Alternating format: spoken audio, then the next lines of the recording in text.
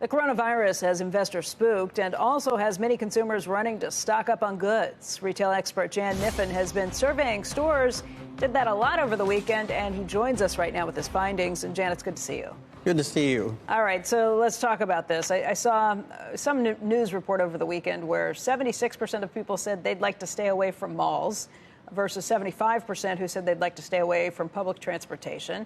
I don't know, you kind of weigh being in a crowded subway car versus being in a Macy's. I think I might take the latter. But what did you see over the weekend as you were out and shopping and checking things out? Well, let's see, I was on Metro North and the subway and in 2 malls. So I guess, my odds are like 0 of getting through this.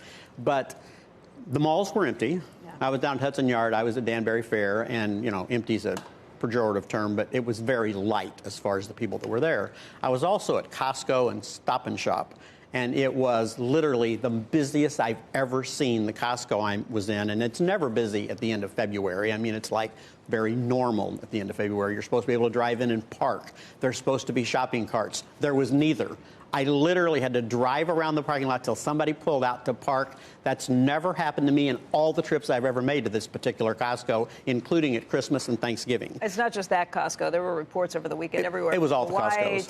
To the West Coast to the East Coast. There were people who were out and stocking up. I guess that's a normal consideration when people start to get fearful. They want to make sure they stock up in case there are supply issues down the road. And it was also Walmart and Target. And the Stop and Shop was just decimated. Like every cleaning product out of the aisle, gone.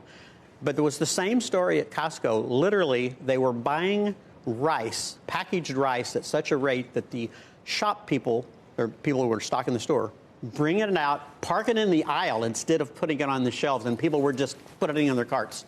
And every cart, when I got there, was gone. When all the carts are gone at Costco, that's a pretty busy day. So it was pretty amazing. What does that mean? I mean, this is a dramatic few days that you're going to see people stocking up. Does this actually matter to the bottom lines of any of these companies?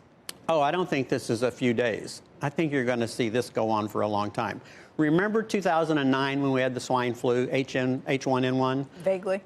60 million people in America came down with the swine flu over a 1-year period. Mm-hmm. 275,000 of them got hospitalized, and 12,000 of them, 13,000 of them died. Mm-hmm. This thing may not look like that, but right now people think it's going to look like that. We could see this stocking up going on for quite a while because this could cycle through as each new part of the country comes under the... What does that mean for the supply chain, just in terms of this becoming a self-fulfilling prophecy? If people are out stocking up, then it means that the shortages are more likely to happen. Yeah, it's like when everybody filled their tank with gas back in 1973, right? And all the gas was gone. It was all in people's tanks of their cars. We're going to see that. The stores I was in, literally, I asked people, the children's aisle was, the children's aisle for flu and cough and cold medicine was completely gone. There was nothing there. So I asked, are you bringing more out from the back? And they said, we don't have any more to bring out from the back. When I got to the pasta aisle, only organic, expensive pasta was left. All the regular pasta was gone. So I said, are you bringing it out from the back? Nope, it's just whatever's here is what's here. So will they replenish? Sure. But the supply chains will get strained. And we also know that some things that come out of China, the supply chain's already strained.